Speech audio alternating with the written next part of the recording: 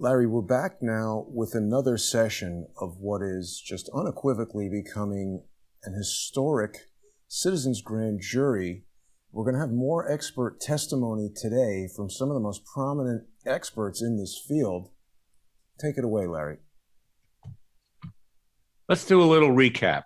We're in our 11th session of our citizens' grand jury, and we were always ahead of the curve. As we began this process many, many months ago, having indicted Robert Mueller for trying to suborn perjury with my client, Dr. Jerome Corsi, to implicate the president in Russian collusion crimes. We moved on to Joe Biden, to Hunter Biden, and James Biden. This spring, we've indicted them. They'll be getting notice shortly that they'll be tried. And of course, we indicted Mitch McConnell, who, much like the Bidens, was taking bribes under the table from China laundered through his wife, Elaine Chao. And now, of course, we're focusing on Dr. Fauci, and we're seeking his indictment as well. We're continuing to take testimony because new charges arise virtually every minute. Yesterday, there were emails that were released. We're going to talk about that ironically BuzzFeed got, which is unusual, an ultra-leftist rag of the left, but I guess they were curious as to what was going on, probably wanted to implicate Trump in something about this. But here's the bottom line, and I'm going to turn it over to Judy very quickly, Dr. Judy Mikovits, who's been out there for a very long time saying everything that now is being said today in large part. And there's a lot more that needs to be said, and we're going to recap that. But one of the things that I want to make clear, and we're going to be playing a video before we get to Judy Mikovits, Dr. Mikovits, of Mike Pompeo this morning on Fox and Friends. Fox has rediscovered this issue. In the beginning, they wouldn't discuss it, but now they need to get back their conservative viewers, so they're willing to discuss it. I mean, they are the WHORs that they are, but let's give them credit at least now that they're trying to boost their ratings again. But this is something that's been buried, and Judy and I have been on other networks, and those segments were pulled at the time when the left complained. The left never wanted to implicate communist China in producing an engineered COVID-19 bioweapon, because to them, that's their mecca. I mean, Mao is a hero to the left and what came after him in communist China. But let's play right now, because this tells you something, and watch it for this basis, because there's going to be other indictments coming down, is that the fact that it is now coming out that COVID-19 was engineered, that it was sent over by Fauci for analysis, for testing in the Wuhan lab, the fact that it is a bioweapon, this has all been known by the US government, even during the days of Donald Trump. We have an NSA. We have a CIA, and you're going to see Mike Pompeo, who's head of the CIA, and he's going to be asked a question. Did you know about this earlier? And he won't answer the question. He gives you a lot of gibberish, saying, well, it may be classified. Well, all he has to do is say, I know it's been engineered. I know it's a bioweapon. He doesn't have to in any way disclose sources and methods, which is his excuse. But as much as the left and as much as the Biden-Harris administration is now being vilified, the hard fact is that during the reign of Donald Trump, the deep state in our intelligence agencies knew this and kept it from the American people, just like they're keeping from us many of the aspects of the harmful effects of the vaccines that are now being administered. So let's roll the videotape, so to speak, and then we'll turn it over to Dr. Judy Mikovits to expound on what she's been saying for a year. Let's recap it.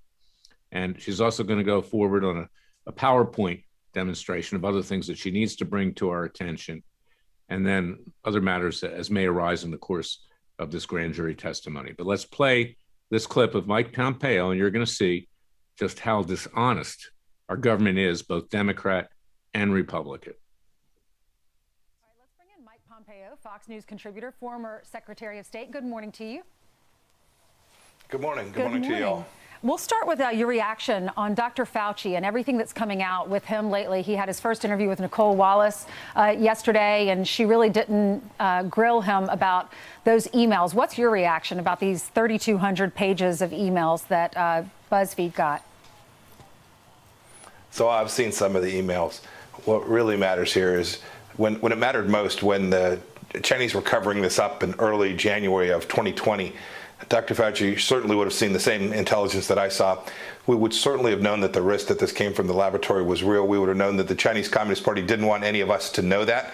And that raised red flags throughout the entire United States government for far too long. Dr. Fauci let those of us who were out there talking about it carry the mantle, and we couldn't get science. We got politics instead, and that's what you saw in the left-wing media. You saw politics trumping science, and that delayed our capacity to respond to what the Chinese Communist Party foisted upon the world. Directly affects our national security. Here's an example of some of the emails that I think are eyebrow-raising. This is an email to Dr. Peter Daszak. This is what he's responding after Anthony Fauci sidelined the talk of a lab leak. Quote, April 18th, 2020. I'm sure you remember this. I just want to say a personal thank you on behalf of our staff and collaborators for publicly standing up and stating that the scientific evidence supports a natural origin from COVID-19 from a bat to a human spillover, not a lab release from the Wuhan Institute of Virology. From my perspective, your comments are brave, and coming from your trusted voice will help dispel the myths being spun around the virus's origins. Now, your job, Secretary of State, knowing that that was going on behind the scenes, Anthony Fauci saying it happened by happenstance, wet market, as opposed to a Wuhan lab, where Tom Cotton was one of the first to say, let's look at that lab. Yeah, so Senator Cotton got it right. Right after that email that you described in early May, I began to talk about this as well. We knew that the evidence was accumulating, it was piling up, showing that the theory of the wet market didn't hold water, and that the much more likely scenario was that this had come from the virology lab in Wuhan. And this guy Daszak, the fellow that wrote this email, he's got dirty hands. He was involved in this laboratory. There was taxpayer money that was funneled through an alliance that he was responsible for. You know, too, Brian, he was one of the lead investigators that was sent in to take a look at this. What a joke. There's a lot of questions to be answered. I think Dr. Fauci has a lot of questions to answer, and this matters. Your point, Brian, about this being about American national security. That lab is still operating. That work is still going on there today, and we could have something like this happen again, and the Chinese Communist Party refuses to tell us what they know. The United States, President Biden must demand that we get these answers, and we need to know how the U.S. government, Dr. Fauci, Daszak, all the folks that were involved in underwriting this laboratory, what they knew, when they knew it, because this will help us answer the important questions that will keep us all safe. Okay, that's the perfect segue to the question I have for you, Mr. Secretary. You've always been a straight shooter. We know there were some behind-the-scenes scuffles between the president and Fauci and you guys. Did y'all know something was going on behind the scenes, that there was this connection back then? What did you guys know at the time? So I have to be a little careful. You saw, Lawrence, what we were able to release on January 15th. Director Ratcliffe, the head of the DNI at the time, and I had been working for an awfully long time to get as much information released as we possibly could. We knew we could watch all the facts begin to align that suggested that the most likely case, we knew about the doctors, we watched them disappear, journalists, we knew that people had taken ill in Wuhan. We began to see this evidence accumulate, and we were trying to get it out. We were certainly trying to make sure everybody in the United States government knew, Mr. Secretary, so we could respond. Sorry to interrupt. What prevented you guys from pushing it out, all the information? Yeah, it's a complicated process, Lawrence. There's still more information that's sitting there that I think ought to be out, but you have sources and methods, intelligence things that need to be protected. I was a director of the CIA. I understand that. But we need to make sure that the American people know everything that we can. And then, frankly, we don't know the answer for sure. We need the Chinese Communist Party to be held accountable. Will we ever know the answer, the origins of this virus that killed millions of people around the world? Yeah, I think we will. It may take years and years and years. We know it has already taken too long. The Chinese Communist Party could answer this in 30 seconds if they chose to do so. But I think one day we'll know. Some brave Chinese doctor, some technician will break free, and they'll share the information. We'll be able to validate what happened. We need to get the answer to this question. Right. I will say this, just in terms of what emails subscribe to what you're saying, this exchange between a scientist, Richard Henderson, to Fauci, he said, unusual features on the virus make up a really small part of the genome, so one has to look at very hard at all the sequences to see that some of the features potentially look engineered. Isn't that nice? So that might have been manufactured and made. Larry, I have one correction to what Secretary Pompeo said. The first person to speak about this was actually Dr. Judy Mikovits. Well, that's right, Jason. And if you can excuse the French, this is total bullshit. Let me repeat that. Bullshit. It's clear that he knows. Pompeo knew, director of the CIA, Secretary of State from the start. Oh, he can't release it because of sources and methods. Then he says, well, maybe we'll know in years. Well, we have total worldwide surveillance. We have satellite communications and intercepts. We knew from the beginning. President Trump knew from the beginning. As much as we like President Trump, he kept it from the American people as well, undoubtedly, because they didn't want to start something with China. Instead, he called the Chinese names, Kung Flu, this or that. And that was my criticism at the time. And we offered to have Dr. Mikovits meet with the president. The people in and around Trump didn't accept our invitation in that regard. And if you can find this, I want to show an interview that Judy did on Sinclair television with Eric Bolling, who freaked out when he was attacked by Media Matters and also by CNN. I have a lawsuit against CNN. I'll explain that in a few seconds over this interview that we did. But it actually appeared on a weekend on Sinclair, and once attacked, Sinclair pulled it down. And Fox also was belittling this theory, which isn't a theory, it's a fact, and belittling Judy Mikovits and me indirectly at the time, claiming there was no evidence. There used to be their chyrons at the bottom. No evidence this came from the Wuhan lab. This is Fox, okay? So this is why the American people need citizens' grand juries to bring about justice themselves. It's why we need a third Continental Congress. I urge people to go to freedomwatchusa.org. We are meeting in Philadelphia on July 5th and 6th. You're going to be live streaming it, Jason. There will be networks that are covering it as well. And we're going to discuss, basically declaring independence again, as we did on July 5th and 6th, because we don't have a government. And that's why I wanted you to show this, because the line on both sides, Democrat and Republican, Pompeo is simply a liar, okay? And that's a fact. And all the American people had to do was to put 2 and 2 together. I know that in today's world, 2 and 2 doesn't equal 4 anymore. It equals 5, 6, or 7. But this is very simple.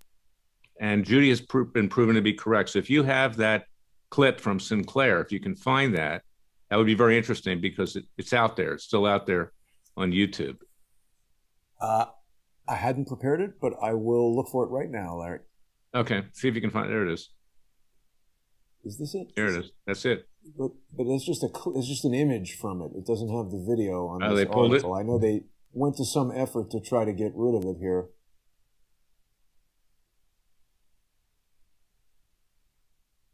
Oh, they've announced in January that they're ending the show that it was on. Yeah. Yeah, well, they did end the show with Bolling. Yeah.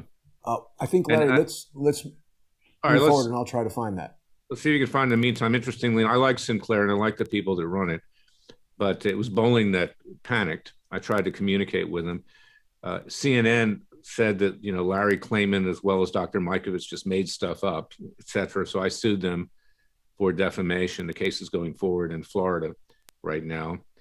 I don't turn the other cheek, but I just wanted to show the point, because probably the most conservative network, at least on VHS, aired this thing, and even they pulled it. Okay, so this is very, very important to know. And it's why we need the American people to rise up ourselves. But at this point, as you're looking for it, let's turn it over to Dr. Judy Mikovits. Recap for us, Judy, if you can, what you've been saying, how early you said it, Fauci's involvement with what went on in the Wuhan lab, and your knowledge of his culpability here, as well as anything else that you want to add. And just for a moment, Dr. Judy, before you begin, I want to just address a technical matter that's been plaguing us for weeks. I've got an entirely new here to try to address this, but it's just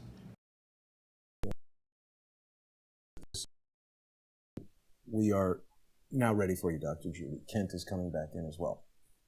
And Kent can chime in too after Judy talks. Yeah, okay. So the first time I actually said something, Jason, and maybe you can see it, is I was called in probably February. The first thing I actually said was in February at a public meeting called liveaware.com. liveaware.com was where we discussed, what COVID really was and wasn't at a scientific level and what drove the inflammatory cytokine storm. But I was called shortly after that meeting by James Grunwig, who I knew from New York City, and the Epoch Times and Joshua Phillips asked me to fly in. I believe I flew in on March 5th. Literally took a red eye, went to the Epoch Times office and interviewed with Joshua Phillips and I'll just say Catherine from the Epoch Times, a Chinese organization trying to show the implication in the communication and what was actually going on from Tony Fauci. We used scientific references that proved his participation, proved the involvement of the biosafety level 4 in Fort Detrick in sending the bat virus infected Vero E6 cell line from Fort Detrick in that 2015 publication. The material and methods said that the cell line was a gift from, Fort Detrick. They don't usually name Tony Fauci, but the NIAID funded it. So you can see Joshua Phillips in that interview aired April 8th of 2020. So we taped it on March 5th. And they only showed, I literally talked to them for probably the entire 20 hours before I flew out again because I had a commitment. At any rate, at the end of the movie, you can see how they cut it off very quickly. You know how I talk almost mid-sentence. So that because the next sentence was Fort Detrick, Tony Fauci, the fun, everything together. And they were just focusing this talk on the Wuhan lab. So I don't speak opinions. I never have, no matter what we do in our 3 books. It's all based on science and data. And Tony Fauci has been involved, as I showed in that PowerPoint last week, for more than my entire career, 1984. He's been releasing viruses, if you will, manipulating viruses and releasing them on vulnerable populations in order to drive his patents, his drug development, and cover up the deadly vaccine program, which has been liability-free since 1986. That's why we wrote our original book, Plague, Heckenlively, and I told the detailed story of when Tony Fauci and the heads of the government, Harold Varmus, Francis Collins, the Harold Varmus was brought in to head the National Cancer Institute in 2010, replacing Dr. Niederhuber in order to take out Dr. Frank Vercetti. They forced Frank Vercetti in retirement. We found the blood supply heavily contaminated with mouse retroviruses, contagious mouse retroviruses. The entire NIH held an invitation-only meeting, which is chapter 8 of our first book, Plague. The invitation-only meeting said these contagious cancer-causing viruses were leaving the laboratory, escaping the laboratories by infecting the lab workers. Me, my colleagues. Our book, Plague of Corruption, was written between 2014 when Plague was in press, because that's when I met Dr. Brian Hooker, who showed how William Thompson and the CDC covered up the fact that Blacks, Hispanics, Native Americans were 2 to 4 times more likely to get autism if given the MMR vaccine before the age of 3 years old, because they didn't have the immune their immune system was geared towards type 2 responses like antifungals, like malaria from their environment. So that to their immune systems, 3 RNA viruses, when they had this specific defect, which 13% of America has, in a gene called RNA cell, but there's so much more, including the antibody-dependent enhancement at the molecular level. This was known in 2000, in 1999. And this is the all-important work of Dr. David Martin, who has been showing Fauci and Moderna since 2000, the patents, the crimes against humanity, that all of these agencies, and I agree with Larry Klayman, this is just bullshit, and now the game is murder all of those you've infected, including me, with it. You can hear my cough and my lung cancer developing from the gamma retroviruses, contagious cancer-causing viruses I was infected with. It's all there, right in chapter 8, right in this book. It says right there, we can't afford to retrofit our lab. And then they backdated papers and publications, destroyed my reputation, fired me without warning, paid off criminals, the Whittemores, Harry Reid, covered up their crimes, let everybody get away with their crimes for the last decade, and then marched toward the criminal Ian Lipkin. He paid, when the MBio study came out, in 2012, in September 2012, a year after I was jailed and literally everything I'd ever earned taken from me, so that I couldn't fight back, so that I couldn't talk. And yet we still continued, as Kent did heroically, to tell these stories and publish this book while they're heavily censored. And Ian Lipkin was paid $22 to $32 million. Oh, and what did he do with that new center for whatever infectious translation disease? Oh, he paid Ralph Barrick. Oh, he began to commit fraud in science and show how. XMRV is clear. XMRV, the syncytin gene, is clearly a part of the spike protein. So who is going to die? Who is going to die? Oh, people who are expressing syncytin.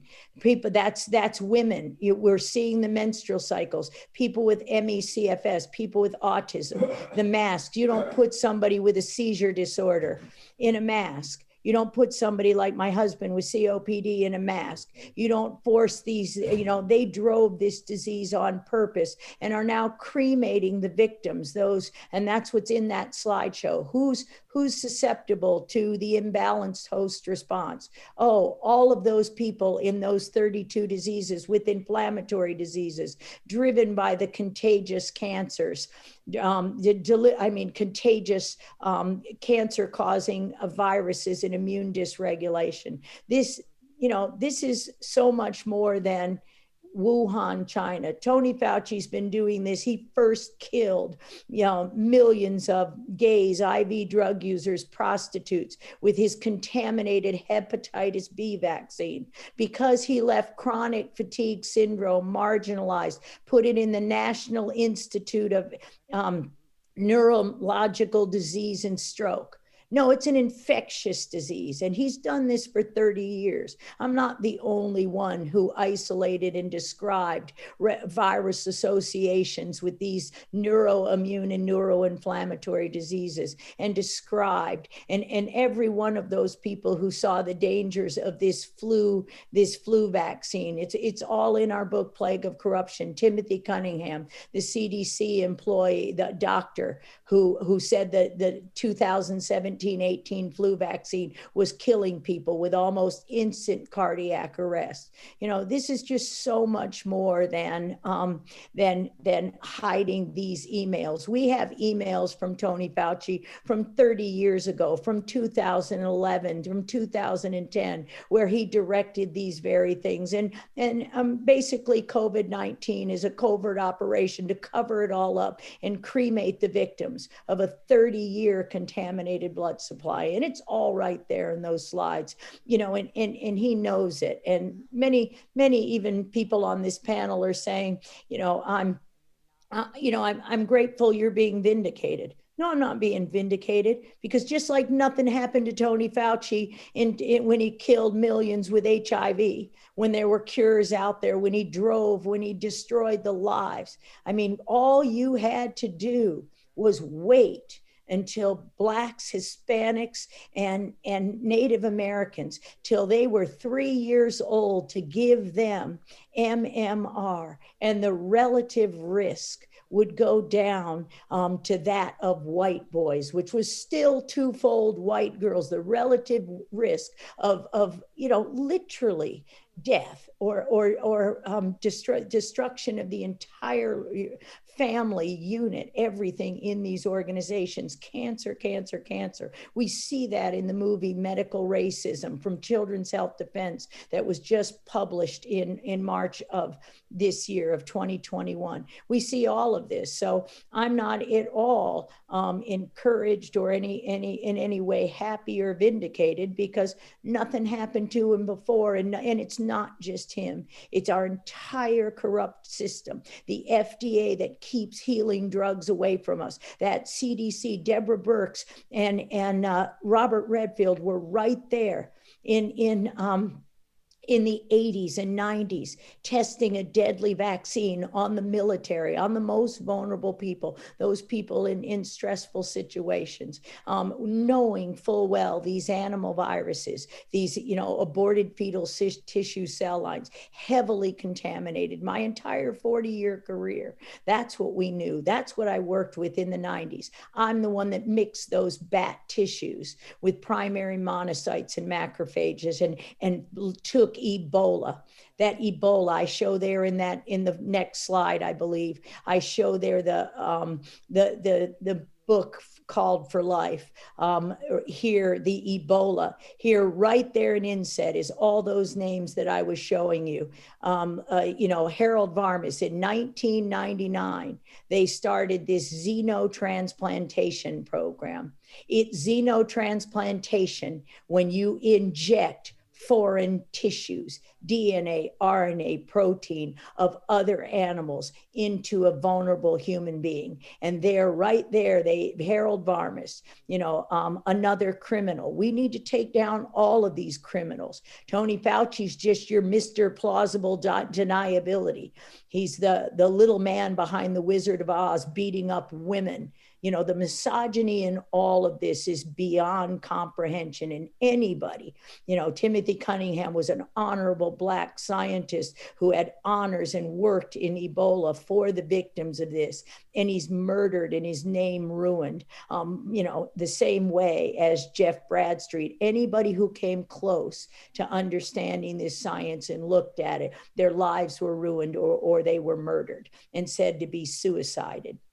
Just as with the anthrax release in 2001, which had nothing to do with the honest Bruce Ivans, who was driven to suicide as he was blamed for something he never did. This is just, I mean, these crimes against humanity have been going on for 40 years. And let me stop you there. We will be augmenting our indictment, our proposed indictment.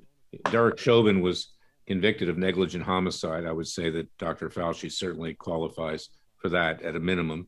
So we'll be putting that into the indictment. And of course, there's issues out there as to whether it was negligent or intentional. It's premeditated. Yeah, but I mean, negligence can arise to the level of intentional when it becomes even reckless or with gross negligence, of course. So this is something we're going to be developing more and more. But tell the grand jury about, you know, how they tried to shut you up, how you got arrested, what they did to you. And, you know, fortunately you survived that, but they tried to put you away in prison. They jailed me. I mean, this was the topic. I mean, Kent Heckenlively did a brilliant job telling this story. So they did jail me. That without a warrant, they arrested me. They put me in jail on November 18th, 2011. Before that, they hunted me down for the 3 months after I was fired from my laboratory, my 2 offices, 40 years of data. Everything I ever wrote or had was locked in my laboratory on September 29th, 2011. And for the next 3 months, Tony Fauci himself sent his grantees to that laboratory to prove everything was there. Once everything was there, and during this time, on several occasions, I narrowly escaped death, and the story is told. I narrowly escaped the attempts to suicide me. Thanks to God, I guess. At any rate, meaning that I'm not sure it was, death might have been easier over the last decade of what my family and what millions have suffered because he got away with this murder. And so, when you say they had you arrested, who do you mean? They.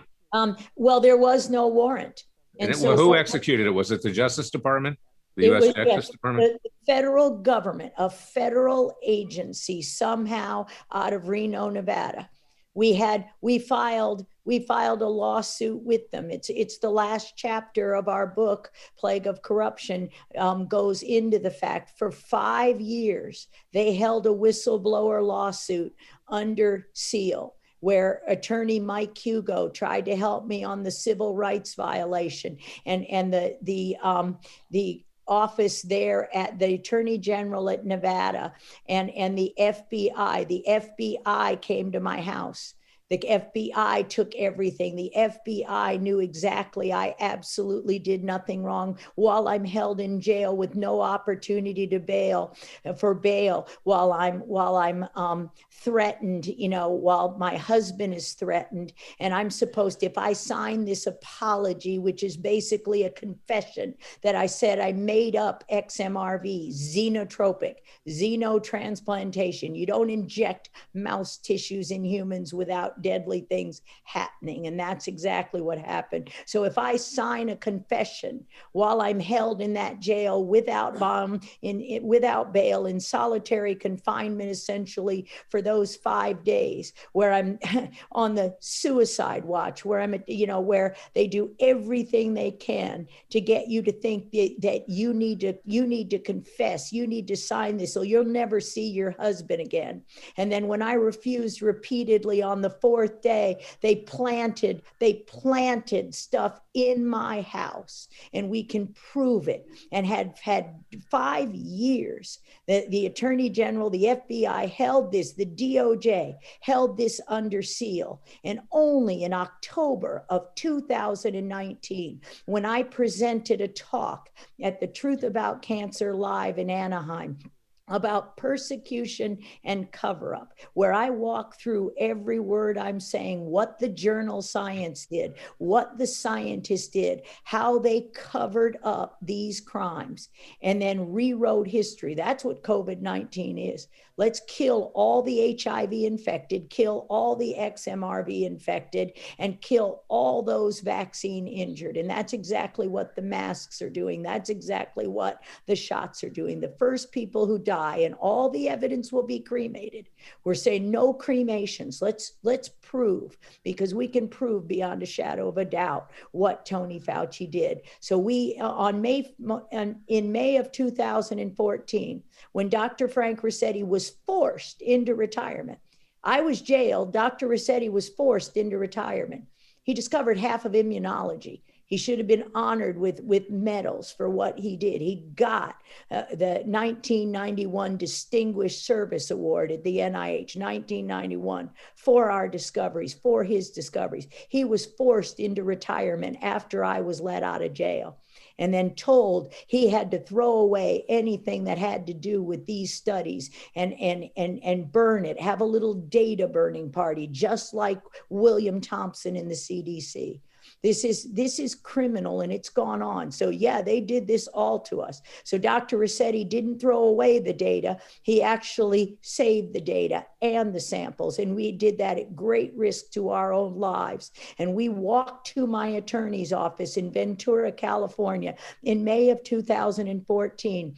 And talked to the FBI for 5 hours, gave him every piece of evidence. I have a signed piece of paper for the terabyte hard drive we have. If the DOJ and the attorney generals had done their job, we'd never have had COVID-19, because all of this needed to stop right then. All of this needed to stop. So what right you're then. saying is that you were arrested and your documentation seized, so it could not be disclosed to the American people, and it's been buried ever since. That's what you're saying. Correct. And Tony Fauci led the way. And how is it that you were able to get out of prison at the time?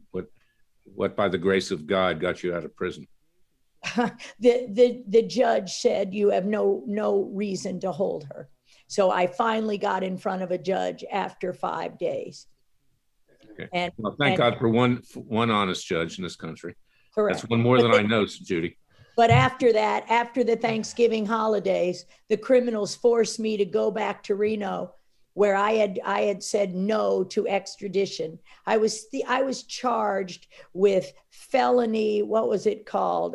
Fugitive from justice, based on nothing, not even a parking ticket. And you can see in this book, when I left jail that night on the way to Thanksgiving dinner with my family, trying to be normal because nobody knew what happened, we got a speeding ticket, and there was no charge, nothing on my record. How did I get a felony fugitive for justice? Then my supposed lawyer, who's now a judge, criminal Scott Freeman, who knew on March 12th, 2012, knew I did absolutely nothing wrong in all of this. Harvey Whittemore, convicted felon, and his wife, Annette Whittemore, forged, said I stole intellectual property, those planted notebooks in my house. We showed that FBI agent in May of 14, 2 years out later, after Scott Freeman didn't do his job and another corrupt judge gave a default judgment denying me ever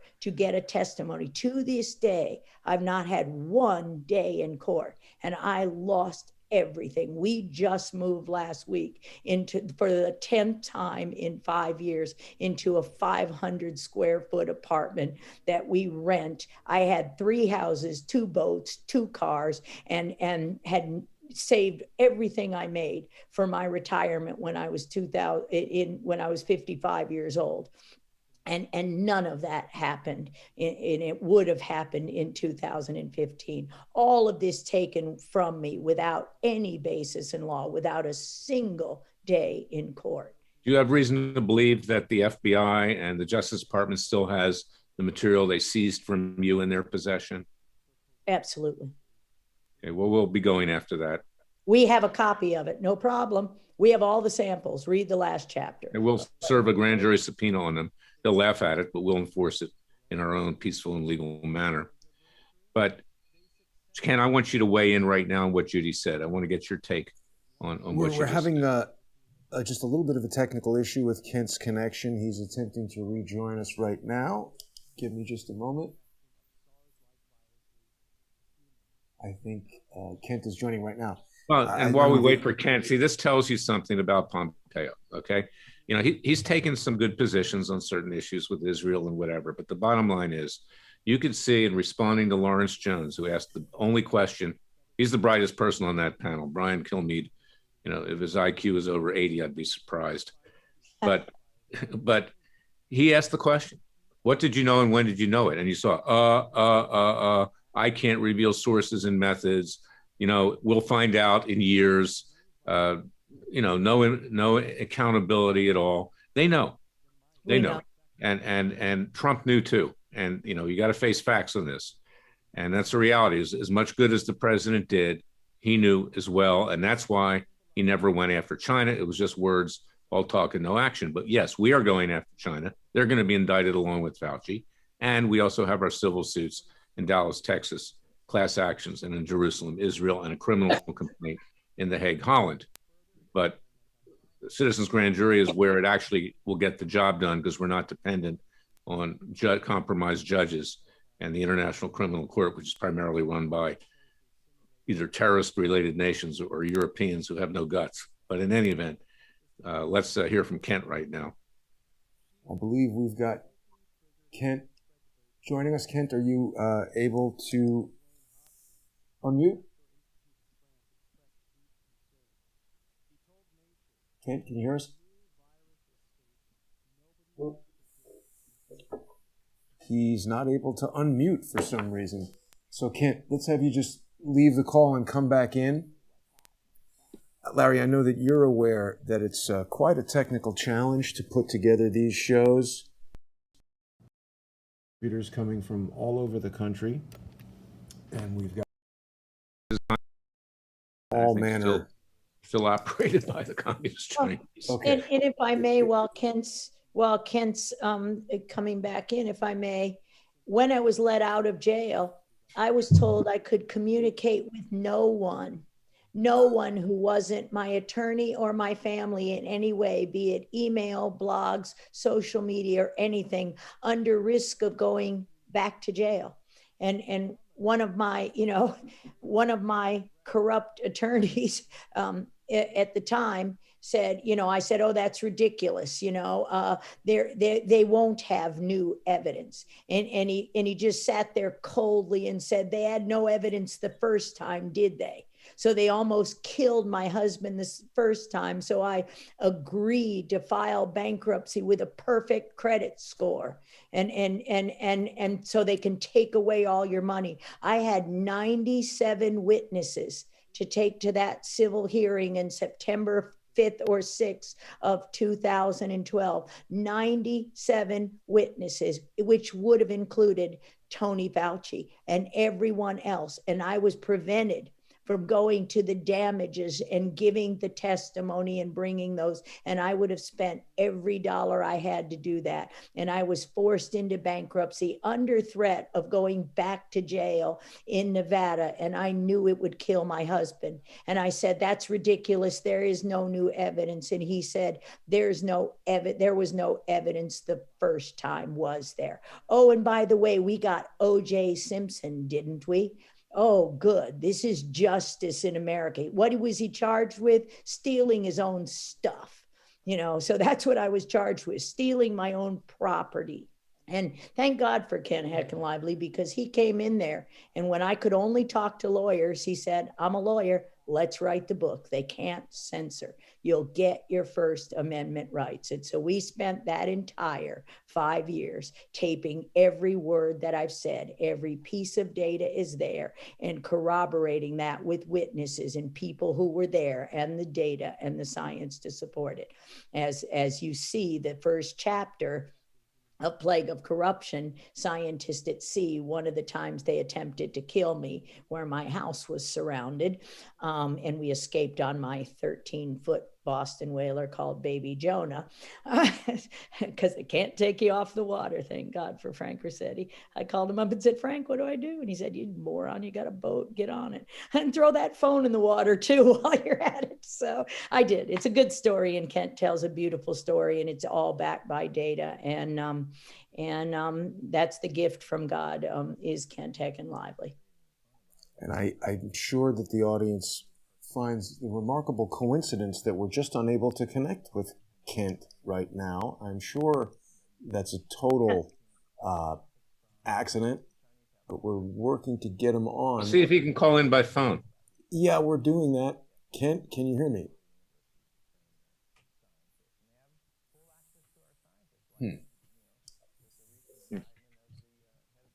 I don't know what's going on there. Larry, what would you like to do? We could continue with the PowerPoint presentation from Dr. Judy. Yeah, let's do that. Let's do that. Sure. And of course, then we have another witness coming in at the end.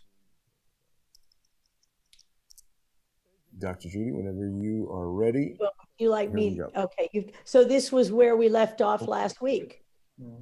So we talked earlier today about 2014, and the Ebola that killed was released in Sierra Leone, Liberia, was released by a vaccine program by Tony Fauci from Fort Detrick, from those Vero monkey kidney cells. Go looking for it. He's got it. I got it. So this is, this is the creation of COVID-19. And this was admitted, as we discussed last week, by, the no-seum technique by Ralph Barrick. You introduce a mutation, you put it in a cell line with a whole bunch of other viruses, and you can recombine and create new variants within 2 weeks. So, and this, that's why I made that slide right after, Satan is in the incense. And so this is just the next slide of the whole idea of the insanity of vaccinating pregnant women.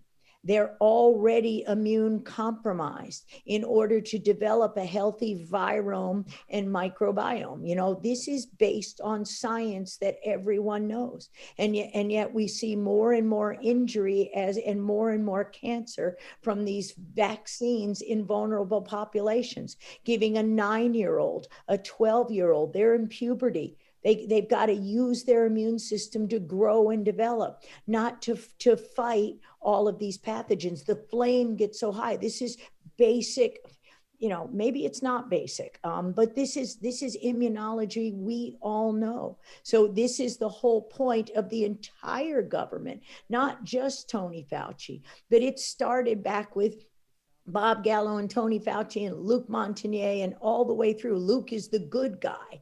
And he was driven out of science for daring to say it's not the virus that causes the disease. It's the dysregulated immune response. And what's dysregulating our immune response?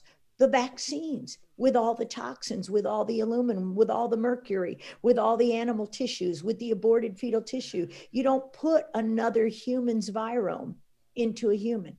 So the next slide is just more of the same. When I give talks, this is not necessarily for the testimony, but these are your susceptible populations. Look who's dying from the COVID shot. You don't inject the spike protein. Next slide.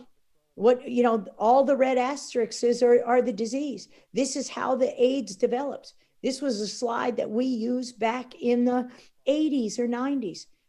Under that red box, I could put any one of those diseases. Chronic fatigue syndrome, it's the immune activation. It's the inappropriate immune activation. What does that? Trauma, stress, PTSD, the military. We knew the Gulf War disease was the vaccines, because the people that got it, half of them didn't go to the Gulf.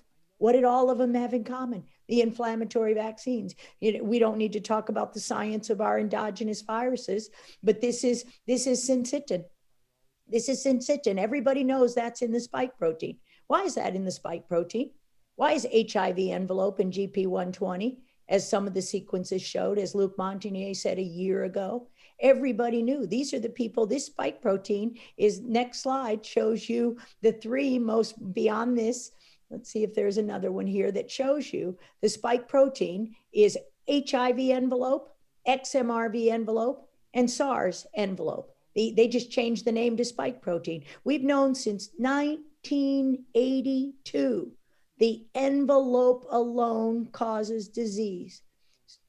So you put a synthetic fat, you made a fake virus. It's a pseudovirus.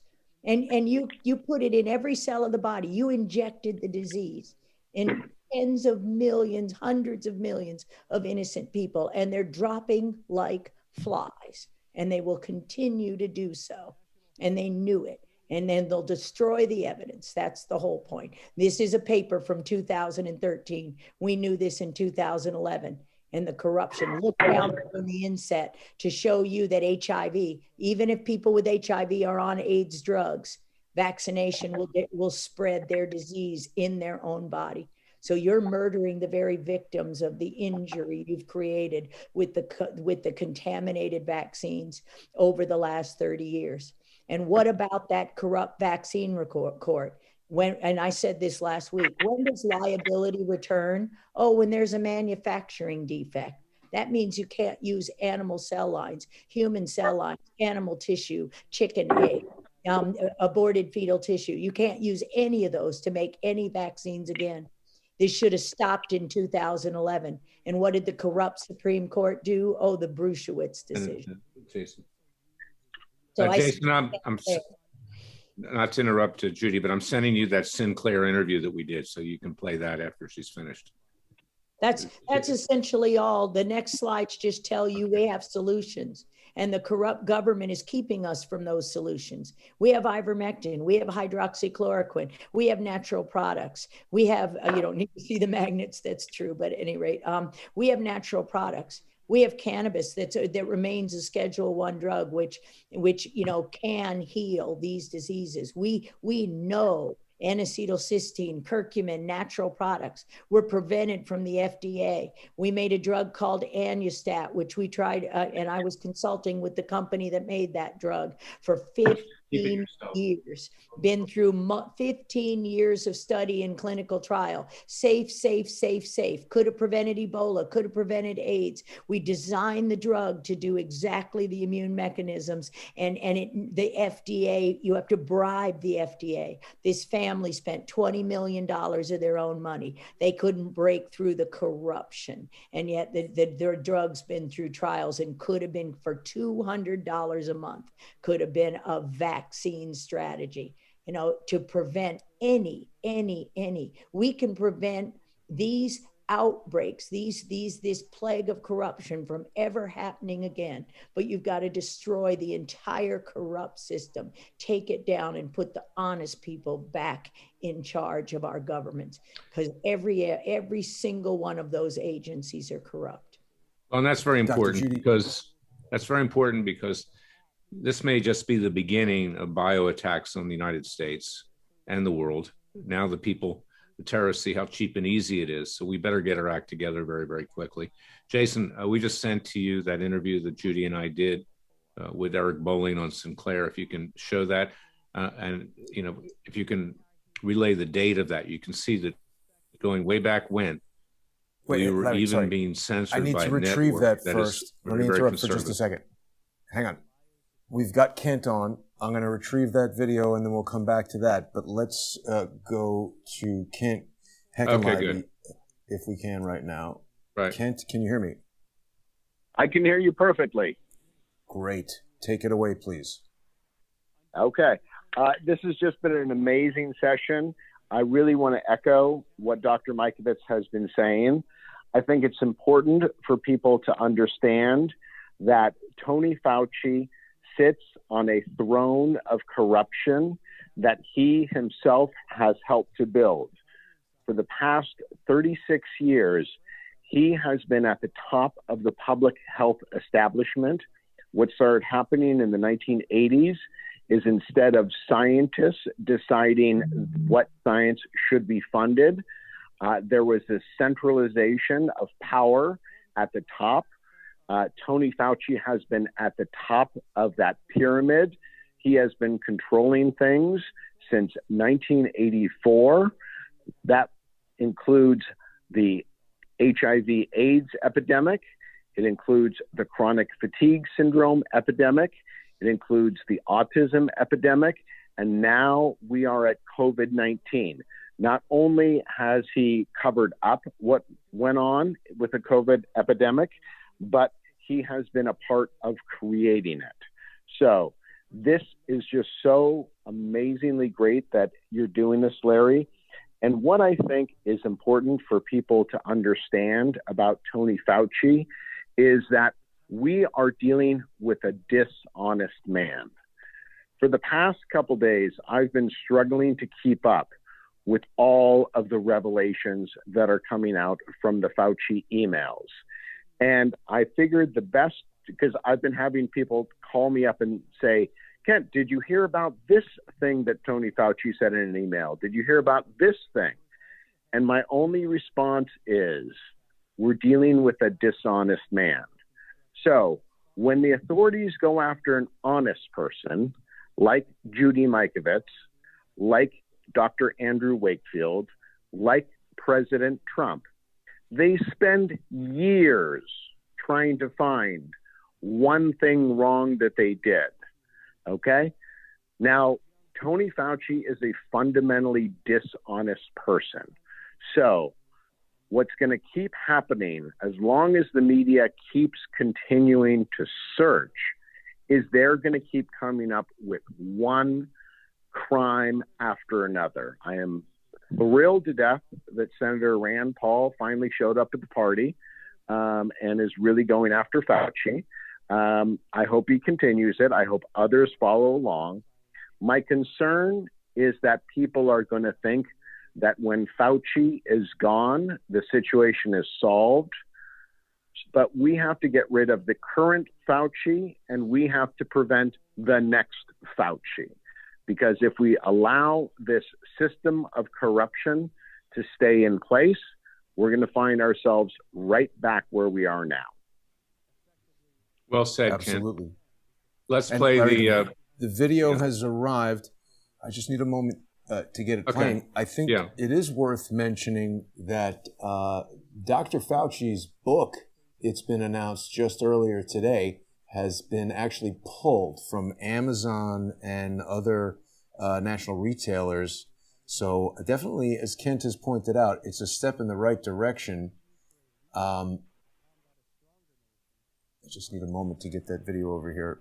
Larry. Well, Amazon knows it's under attack. I mean, just a few weeks ago, Amazon, Apple, Google, YouTube, the rest of them, even Clarence Thomas said, he was the only one in the court, that our antitrust lawsuit that I brought for Freedom Watch and Laura Loomer was a good case. Of course, the other 8 justices didn't want to take it up at the time. He said, well, sometime for the future, always the future. But yes, it's the wagons are breaking down that have circled around big tech. And Amazon obviously is nervous that they could wind up getting sued as well, as I've sued them in the past, by the way. So yeah, let's play this video and if you can state what date it is, Jason, it's important. Things are coming in on the fly, so I'm working on getting it here. There's no rush. Every single technological thing is conspiring against us today. I have the link here. I'm trying to get it here. All right, go ahead. Take your time. Yeah. Take your time. Perhaps you have breaks in grand jury sessions. People go to the restaurant. Those don't work on live streams, unfortunately. Okay. Play on words. We're jammed. We're jammed up here. Stand by. Okay, here we go. You're a technological wizard, Jason. I just am very tenacious and refuse to allow computers to win, Larry. Luckily, the clip has been preserved on freedomwatchusa.org, and I do want to remind our viewers that people can visit freedomwatchusa.org and click on the donate button. This is a tax-deductible contribution, and you are helping Larry and his team do the work that the Justice Department refuses to do. Let's take a look at this clip real quick from Sinclair. And as Larry pointed out, this was unceremoniously pulled before it could air. Here we go with the clip, Larry. Believe that they have systematically killed millions of Falun Gong. It is the same thing. Whoops, sorry, that's a remnant from our earlier clip, I believe. Or was There's a lot of concern about what China's ambitions are. Yeah, I mean, receiving media on the fly with no producer, no studio, Take your time. Very tricky. Take your time. Get this together for us here. There's some audio. Here we go. I've got it. Okay. Now we're ready. Against Dr. Fauci. Then I brought in Dr. Nicole Saphier to weigh in on all their allegations. Take a listen. Dr. Mikovits, tell me about what you believe Dr. Fauci has done wrong. I believe Dr. Fauci has manufactured the coronaviruses in monkey cell lines and shipped them and paid for and shipped the cell lines to Wuhan, China, now for at least since 2014. He published that fact and funded the studies that were published in 2015 in Nature Medicine that stated that the original cell line the Chinese used to grow the virus was shipped from Fort Detrick, USAMRIID, the biosafety level 4 facility there. Doctor, that's a pretty hefty claim. You're claiming that there was a virus that Fauci discovered, the coronavirus. Again, there are many coronaviruses, but he shipped this specific version to China, and then somehow it leaked. Tell us.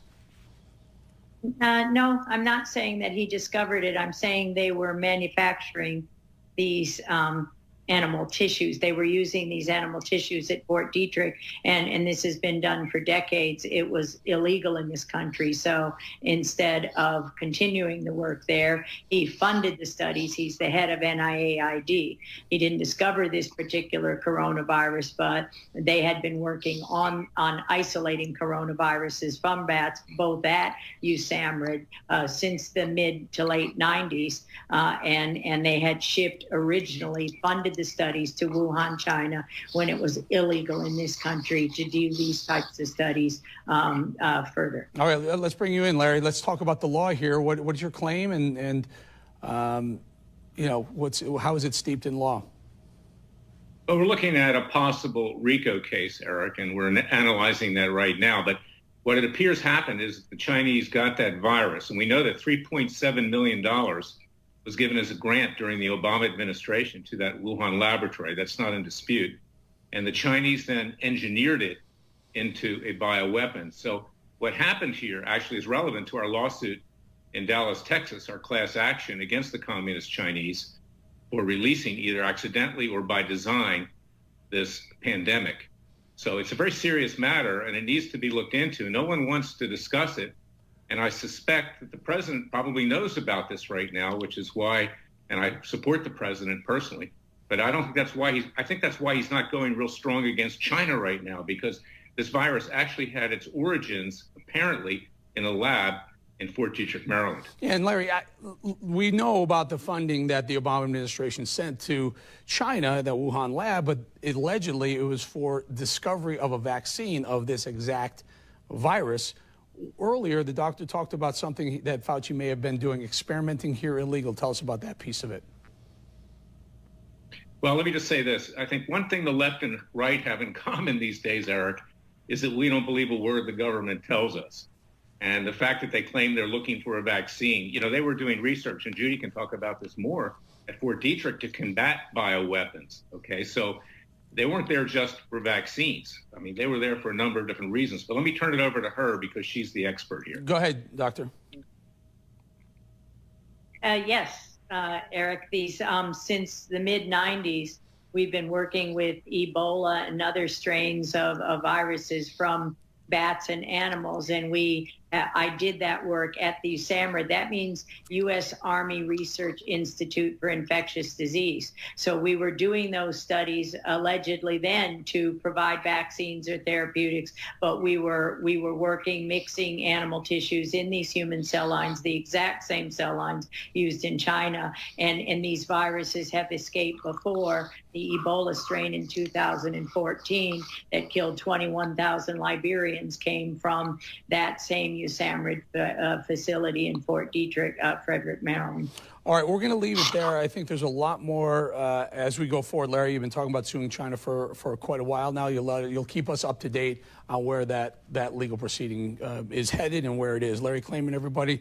Dr. Judy Mikovits, thank you very much for your time. Outstanding interview, Larry. So that is instructive, and that was about a year ago, maybe somewhat less. But you can see that Dr. Mikovits was out in front of that before all issues. Credit to Sinclair for letting that air at the time, but then Eric Bolling, who was on kind of thin ice after he was let go by Fox, panicked, and they pulled this from airing, you know, in a full version. This was what was up on Sinclair's website the weekend before it was to air formally. I grabbed it and I saved it because it's part of litigation that's going on against CNN right now. But it tells you something. It tells you a lot that this is not a new issue, and that the fact that it's coming out now is to the advantage, you know, not just of Republicans who want to try to stick it to Democrats. They're blaming Democrats, you know, for covering it up through Biden, which is of course true, but the Republicans covered it up as well. And when you saw Pompeo at the beginning of this grand jury session, not being able to answer a simple question by Lawrence Jones, by the way, of Fox, which is now exploiting it as well to get the ratings back. Thank God it is coming out. But much more is known, as Pompeo conceded. We know that communist China produced a bioweapon. We know that the damage was done to this country and the rest of the world. We know the risks going forward, as Dr. Judy Mikovits has just testified to, and as Ken Heckenlively has also testified to. And this is a serious matter, and it should not just be used for political purposes. But in terms of this citizens' grand jury, it will be used to seek the indictment, and I'm sure that the grand jury will return it, given the plethora of evidence that we've now presented against Fauci, not only just for reckless endangerment, that was the initial charge, but now I think negligent homicide at a minimum will be included in that indictment, which we'll present next week, and also treason, sedition against the United States.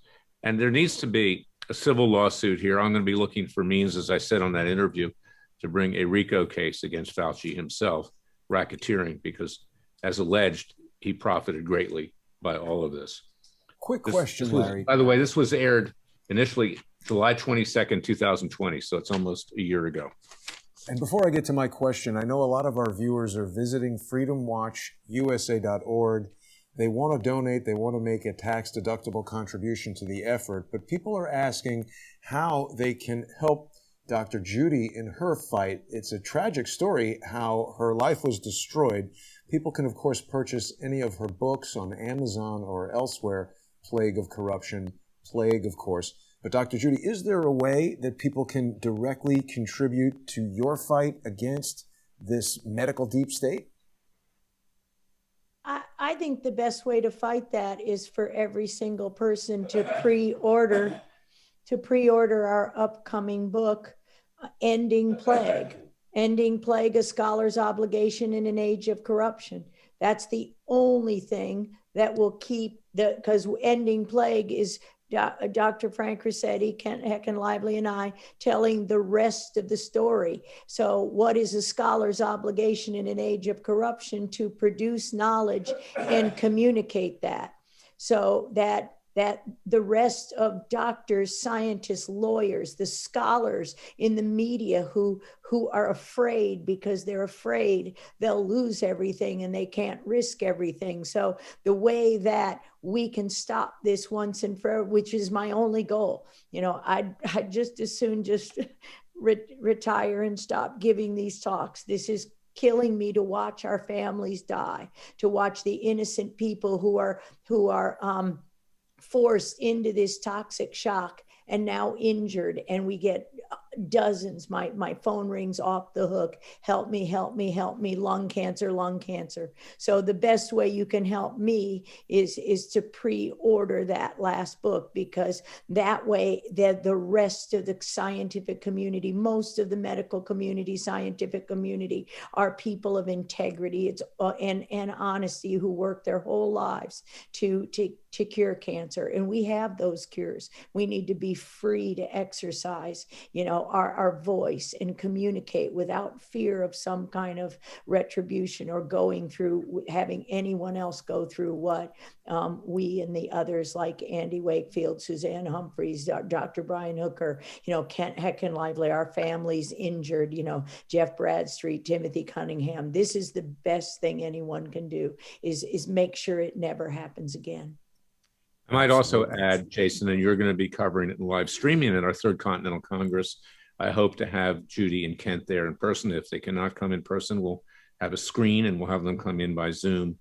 And this is another example why the people of the United States need to declare independence from this government. Government does not represent us peacefully and legally. People can learn more. Yeah, go ahead. Larry, go ahead. No, you go ahead. Yeah, you can see the Third Continental Congress, our draft proposed Declaration of Independence, our agenda. It's an open discussion for people that attend. We hope that you'll get a ticket for $150. You can get a ticket and enter. We're going to have experts from all fields representing throughout the United States.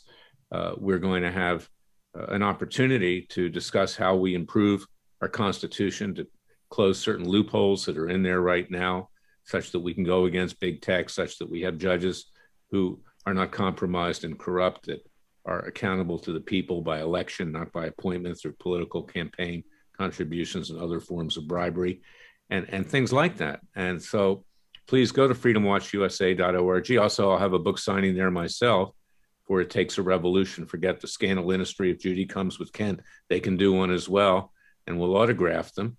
And I discuss Judy in my book because she's an example of how the three branches of government have grown so corrupt, and why the American people need to rise up and to form a new government by and for the people under the laws of nature and nature's God, as our founding fathers did 245 years ago on the date of our conference. So this is very, very important. And I hope that Kent and Judy will be there, and we'll do a book signing, and I'll do one as well. And this is going to be the beginning of the next revolution, peaceful and legal, where it all began in Philadelphia at Independence Hall. Absolutely. I'm really looking forward to that event, Larry, and I hope that our viewers will join us there. I wanted to ask you a question that I think a lot of people might have on their minds. We've been speaking about Dr. Fauci and negligence, but Larry, isn't it possible that the emails obtained by BuzzFeed reveal deliberate effort to cover up, and wouldn't that go beyond negligence towards intent? Well, that's part of the obstruction of justice. Yes, it does go towards intent. As I said, at a minimum, at a minimum. And negligence can rise to the level of intent, even if it's negligence. If it's grossly negligent or reckless, that is the equivalent of intent. And, Fauci, maybe we should call him Dr. Fausto instead. I don't know. I mean, the guy is just pure evil. And now, it's well known just how evil he is. Absolutely. And people who are joining us. Should we call him Dr. Evil? Yeah. Viewers who are joining us on the live stream are pre-ordering the book that's written by Dr. Judy and Kent. People can go to Amazon or any major bookseller that's perhaps not controlled by the CIA and order Ending Plague. It's available for pre-order right now. And I know a lot of authors do like to have you order on Amazon because it's become the default record of how popular a book is. And, Larry, it just speaks to, again, the power of big tech. If Amazon doesn't like your message and pulls your book, which they've remarkably done to Dr. Fauci. So there really is a sea change underway. Where would you like to go next with our expert testimony? Well, and I might add, my book's up on Amazon.com too. It Takes a Revolution. Yes, Amazon is the way you sell books these days. Barnes & Noble sells very few books, unfortunately. And you can take a look at the star rating that I got. It's 94. It's at 4.6 or 4.7 out of 5. And, what I wrote was super strong. So for people to read it and give it that high of a rating as they've given Judy and Kent's books tells you something. Because it's not just conservatives that are reading this stuff, it's everybody. Take a look at some of the comments for both of our books. But it's very important. We don't write books to make money. We write books because we want to change the world in a positive way. And my book was not like other people's books, if I may promote myself a bit here, nor was Judy's. We didn't say, vote for Donald Trump, he's going to save us from all evil. We said we have to do it for ourselves. And that was the difference between many of the books that came out in the days leading up to the election. Sean Hannity's book, for instance, said, well, here are the horror stories of the last 4 years. Vote for Donald Trump, he'll save us. There is no political messiah. The only people that can save the United States are we the people, ourselves. And that's why I hope people will go to our Third Continental Congress and let us plan on how we do this, because we have no time to lose. The country's been taken over by Marxists, atheists, radicals of all groups, and both political parties, as you can see, are cashing in, covering things up, not representing the interests of the American people, but representing themselves. And that's why we played the clip of Pompeo initially, because that tells you everything. Absolutely. And I want to reiterate to our viewers and potential participants in the Third Continental Congress, Larry, as you said, the fundraising effort here is not about making money, but everything that we do costs money. So getting the space and all that we rely on we the people to support it. So I hope that people will visit freedomwatchusa.org and join us in Philadelphia. We've got some additional expert testimony. Where would we like to go now, Larry? Yes, let's go to John Cohen. I'd like John to introduce himself, who he is, also a true patriot who's not afraid to tell the truth and has taken some very important investigative stands on things. So, John, why don't you weigh in on this? And we'll begin it this week, and we'll hear much more from you next week. Thank you, Larry. It's great to be here. Real honor. Thank you. Hi, Dr. Judy. Good to see you. Good to see you, John. And hey, Kent, good to hear you. I don't see you, but I hear you, Kent. And it's nice to know you're out there. I never get to see you, John. You can see me now, right? You can see me, right? Wearing those glasses. Oh, well, that's as good. That's as good as He's it's got a going to tie get. on. This is the formal John Cohen. Exactly. This is my grand jury outfit, Larry. I hope You've I hope, sent I hope me you a noticed. bunch of information and some links, John. Where would you like me to begin? Let's begin with the PDF file, and then the PDF file will tell us when we're going to go to a video or something. Here we go. All right. So by means of introduction to the grand jury, a little over 30 years ago, I worked at Oracle, and I was the program manager that put together the mapping system that Johns Hopkins has been using to track the coronavirus.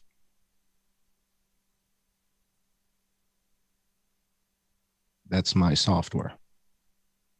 I built it. And early on during the outbreak, just using the map, this is the Johns Hopkins official map, I noticed that there weren't 10 people dead in Beijing. And so my testimony is going to build on the foundational testimony of Dr. Mikovits, Kent Heckenlively. This is data to support their testimony. So everything I've heard from Dr. Judy and from Kent is supported by the data that you're about to see. My observations, my career background, I'm a quantitative analyst. So I look at data and I make data easier to understand quickly. And I've been using the CDC's website to do it. And so the first observations that made me dig into this deeper was that the Johns Hopkins reports were telling us that there weren't 50 people dead in Vietnam. And so I started to think more deeply about what I heard Dr. Judy say about how the virus itself, the SARS-CoV-2 virus, and the sickness that we're seeing in the hospitals may not, has that connection been made? So I started to dig in deeper. What I found was at the CDC's website, the United States was going through a dramatic influenza outbreak. In fact, beginning the first week, the first week of January of 2020, 4,000 people a week were dying in the United States from what's called PNI, pneumonia and influenza. And this was unprecedented. We've never saw anything like this before. And this is before coronavirus shows up. And so I was a bit taken aback. And I said, well, wait a second. Then what happened? This looks like the worst outbreak of influenza we've ever seen. And in fact, it was. What the data shows is that the 2019-2020 influenza season in the United States, according to the CDC, was the worst in history. So the question is, can two viruses spread at the same time? Why not? Right? Could people have coronavirus and herpes? Sure. Why not? right? Could some people have coronavirus and some people have influenza? Sure, why not? We know what the influenza outbreak looked like before coronavirus arrived. Let's go to the next slide. So what you're looking at here is the CDC's mortality data. So this is different than the upfront surveillance. This is people who died. And what we see here, this goes all the way back to October 2016 to the present day, right? And this is direct from the CDC. And what you see is on the right-hand side, it's much bigger than it's ever been. Now let's go down to the next page. Let's keep going down. All right, I sent you a Time Magazine link. This is I think there's a link to this video. And this is Time Magazine in January of 2020 telling us this is the worst influenza season the CDC has ever seen. And Dr. Fauci told us 80,000 people died in 2017. So that would mean this is even worse. So this is Time Magazine. This was published in January of 2020. And I'd like to enter this into evidence, Mr. Clayman, if possible. This is Time Magazine telling us this is the worst influenza season the United States has ever seen. Yes, it is put before the grand jury. Actually, you don't need evidence in a grand jury, John. But it's more than sufficient because it does constitute evidence. You've just authenticated it, so it's even stronger than what you need to obtain indictments. Thank you. And people can check that video, John. I'll post a link in the description afterward, but in the interest of time, I'm going to allow you to continue with your presentation. All right. So Time Magazine and many other major media outlets tell us that we're in the midst of the worst flu season we've ever seen. And this is January 2020. The CDC mortality data is showing us 4,000 people a week are dying every week, January, February, March, 4,000 a week. Unprecedented. Let's go to the next page.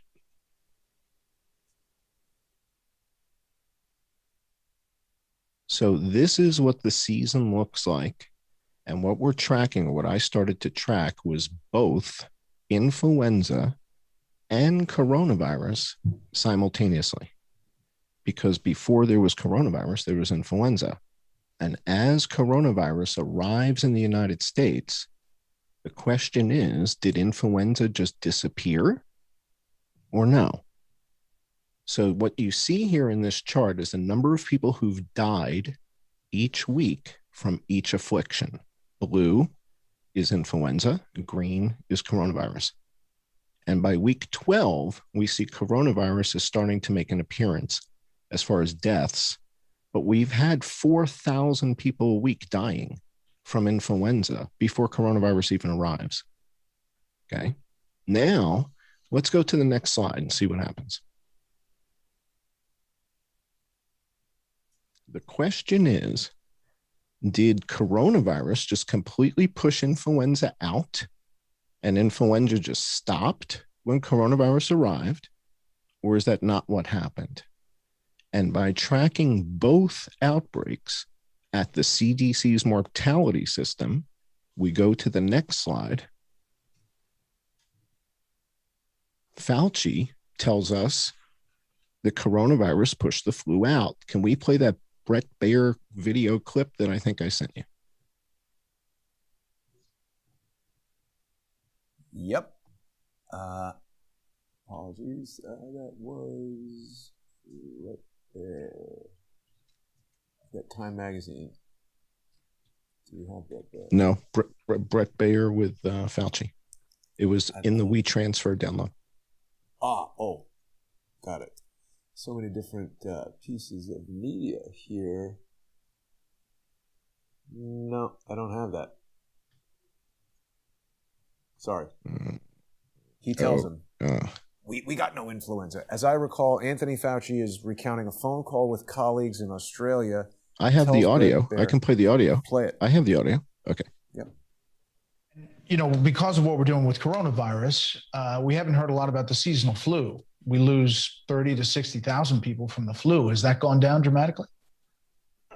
Extraordinarily dramatically, Brett. And in fact, that is a very good testimony to the efficacy of wearing masks, avoiding congregate settings, and keeping distance, because we did that during this late fall, early winter. And the level of influenza in the community is remarkably low regarding comparisons to other years. Our Australian colleagues had the same experience during their winter, which is essentially our summer. When I was talking to my colleagues in Australia, they were saying, Tony, we don't have hardly any flu this year, and we think it's due to the fact that people are wearing masks, keeping their distance, and avoiding congregate settings. Goes to show you that those types of public health measures actually work. The problem, Dr. Fauci, we appreciate your time and welcome back. The problem with that is that the data from the coroners doesn't support what Dr. Fauci just said. So if we go to the next slide, the issue is I'm referencing the CDC's website that shows us mortality. And when we look at the mortality data, I want to step the jury through week by week what happened. As coronavirus appears, if you go down where it's blue and green, you're going to see week to week the arrival of coronavirus versus influenza deaths. Every week from week 1, there's 4,000 people dying. Okay, now we get to week 12 and 13, and what we see is that coronavirus deaths are starting to catch up to influenza deaths in week 13. If we go to the next slide, what you'll see is that, there you go. So now coronavirus deaths are almost equal to influenza deaths, but influenza has not disappeared. Influenza is taking off, as is coronavirus. Now, one of the things we're going to look at in a moment is the comorbidity factor. One of the issues in the United States is using comorbidities with coronavirus. So if somebody dies with cancer and coronavirus, we'll talk about how that's counted. It's not until this slide where we see coronavirus deaths start to eclipse the influenza deaths. The issue is, again, influenza is still higher than it was the week earlier. It hasn't gone away. It's still getting bigger, but coronavirus got bigger faster. Now, this same little time window here where we're watching coronavirus take over from influenza as far as the number of deaths is this week 11, 12, 13, 14 time frame, which we're going to come back to in a moment. Let's go to the next slide if we can.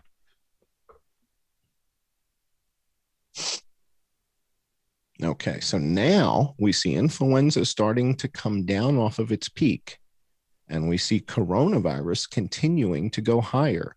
What that means is we're seeing two distinct different outbreaks with two distinct different behavior patterns, not double counting. We have an influenza outbreak that we heard from Time Magazine a moment ago was the worst we've ever seen, with 4,000 people a week dying. But then I guess it's week 13, more than 6,000 die. Then in week 14, right, more than 6,000 people die from influenza in week 13. In week 14, more than 10,000 die. And in week 15, more than 12,000 people die from P&I in the United States. But the story now is all about coronavirus. Okay, let's go to the next slide if we can.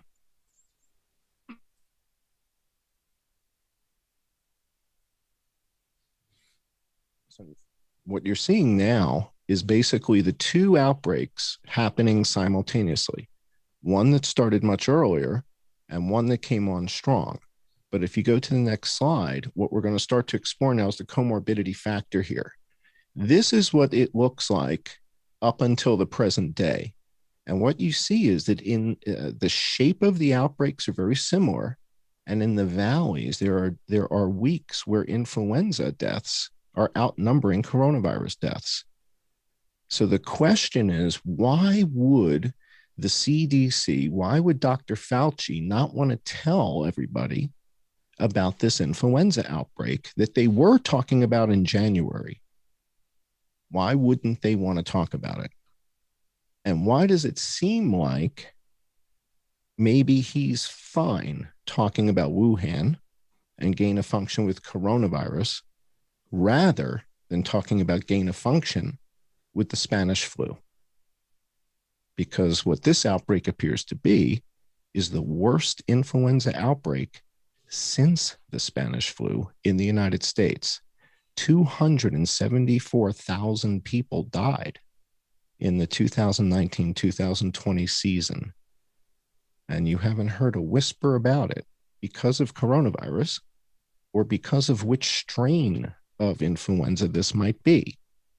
There is a strain of influenza that was reconstructed by Dr. Fauci and Dr. Taubenberger.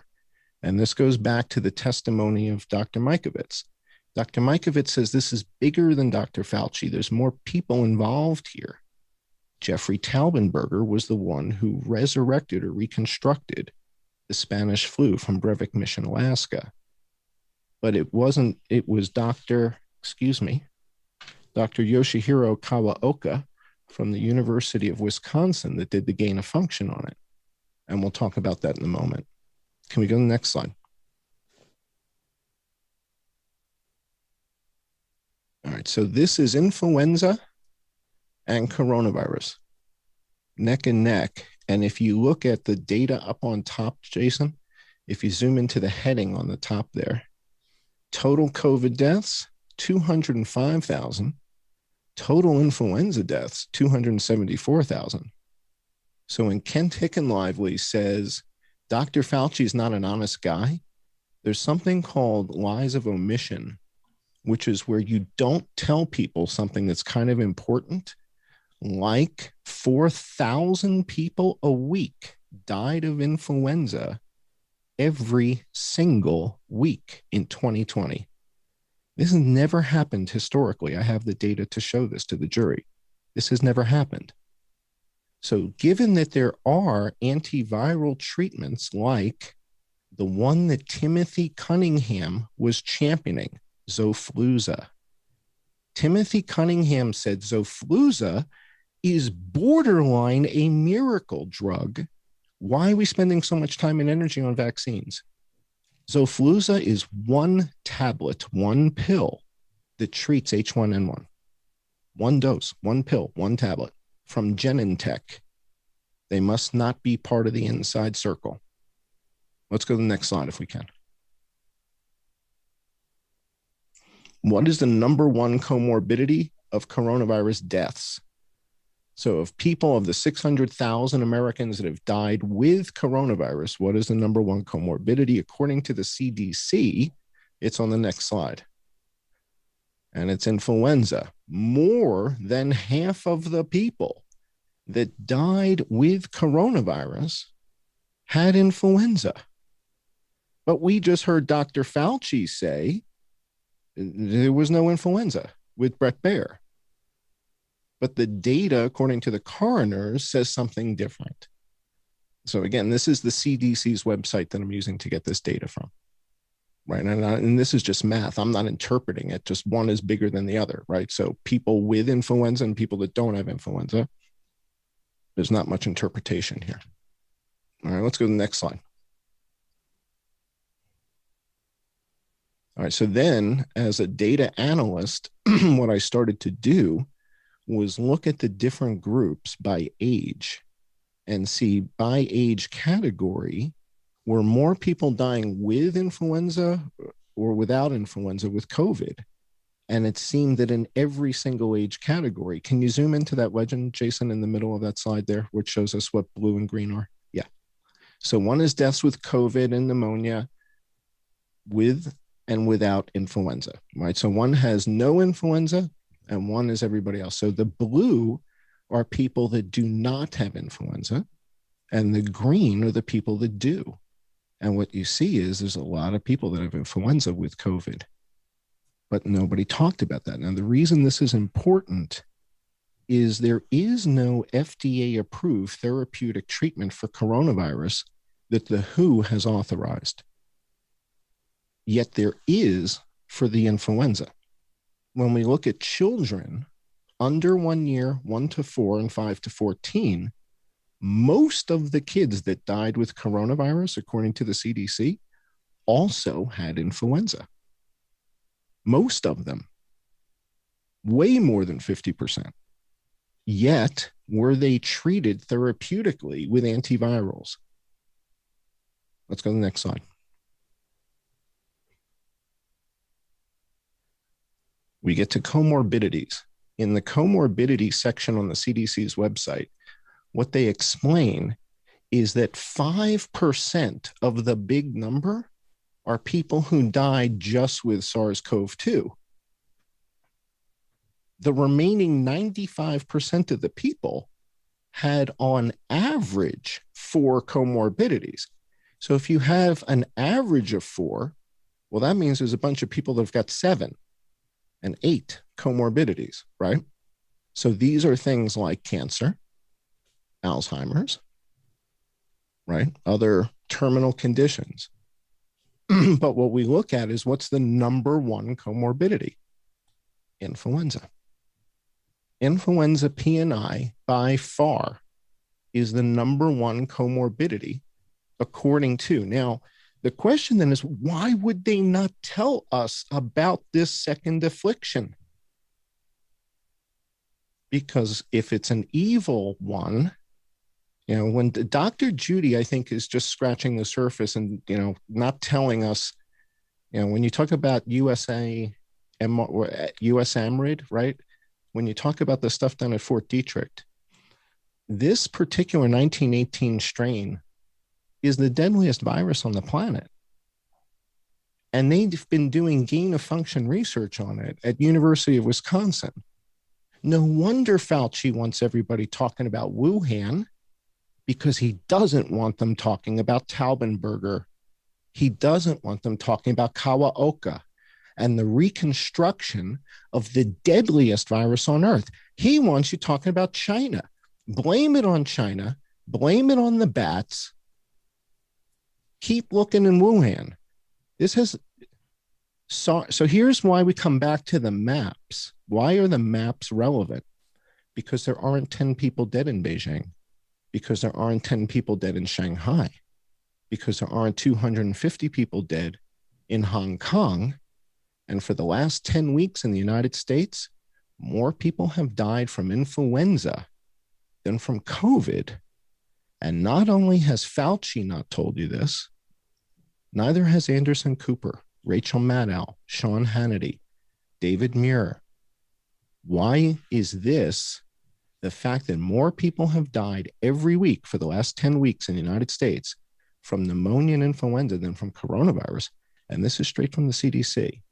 The reason must be that the strain of influenza points right back to Walter Reed and Taubenberger and Fauci, and it's got his fingerprint on it. The minute you saw that, Dr. Mikovits, if I showed you the 1918 H1 strain, how long would it take you to figure out, oh my God, is this what I'm looking at, right? I mean, would it take you an hour? Would it take you 45 minutes, 20 minutes?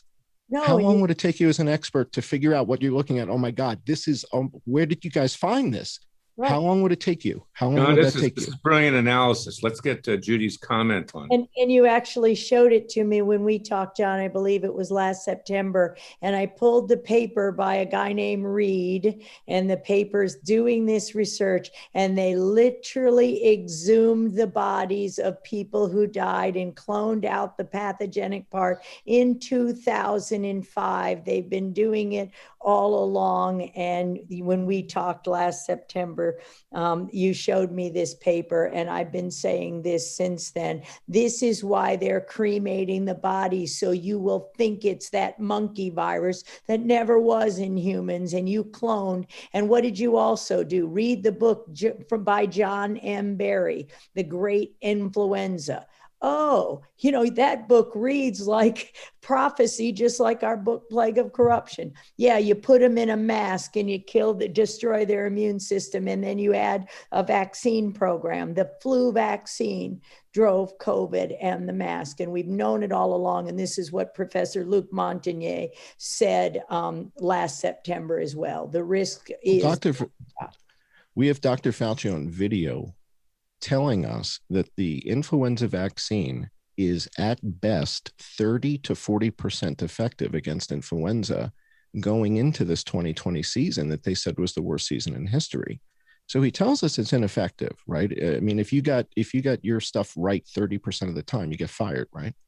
Most jobs, if you get it right 30% of the time, you get fired. All right. So we come back to comorbidities because when I look at other countries like Vietnam, this is important for the jury to understand. The population of Vietnam is larger than Germany. It's larger than the UK. It's larger than France. There's 100 million people in Vietnam, and there aren't 50 dead. Thailand has a larger population than France. Thailand doesn't have 1,500 people dead. France has over 100,000.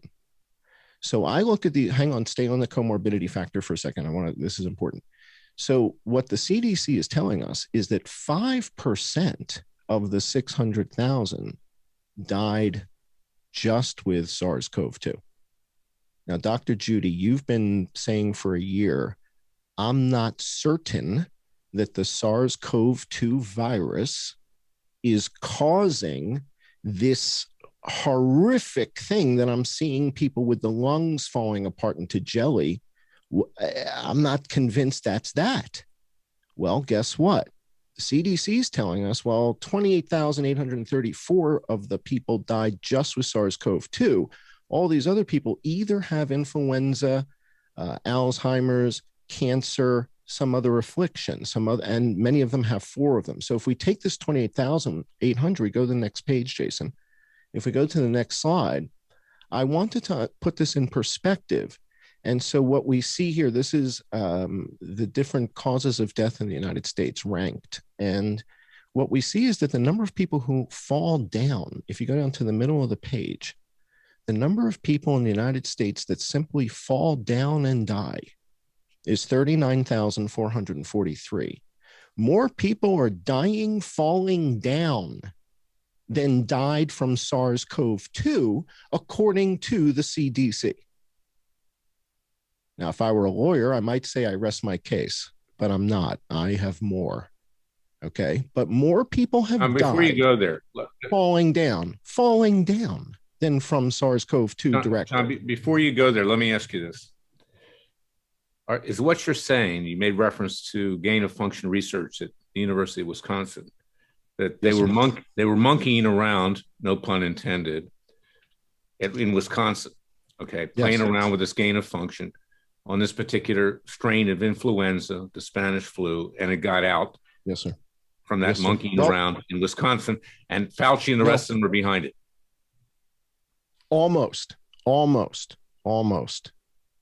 The data shows, so yes, the gain of function is being done in Wisconsin by this Dr. Kawaoka, but the data from the WHO that I'm going to show the grand jury in a second here, the data from the WHO, World Health Organization, the World Health Organization, shows an outbreak of influenza in 2019 in the summer that is astounding. The worst influenza outbreak in Australia's history in the last 100 years happens in the summer of 2019. And those athletes potentially go to Wuhan. And somebody figures out, somebody who's like a Dr. Judy in China figures out, oh, that's Fauci's virus. That's the Spanish flu. And it goes through Wuhan and tears through Wuhan. But here's a fact that I am certain the grand jury is not aware of. There are fewer people dead in China than Iowa. There are fewer people dead in China today than Kansas. Well, according to their statistics. According to Johns Hopkins and the CDC and the WHO. Now, China could be lying, but then that takes us to Vietnam and Thailand and Laos and Cambodia and Australia. right? So if there's more people dead in Rhode Island than the entire continent of Australia, and Dr. Fauci didn't think this was relevant, he didn't think it was, in other words, he's speaking in front of the Senate about Wuhan, and there aren't 10 people dead in Beijing, and that doesn't come up. Let me ask you this question. Okay, maybe I'm missing something. Yes. How did it get out? Where did it come from? How did it get out? Okay, so we know that there's only a certain number of BSL-4 laboratories. And Judy can respond to that as well. All right, so there's 11 of them in the United States. But again, I'm simply going by data. So if you're going to ask me where do I believe it came from based on the data indicates it started in the Southern Hemisphere in the summer of 2019 and spread around the world.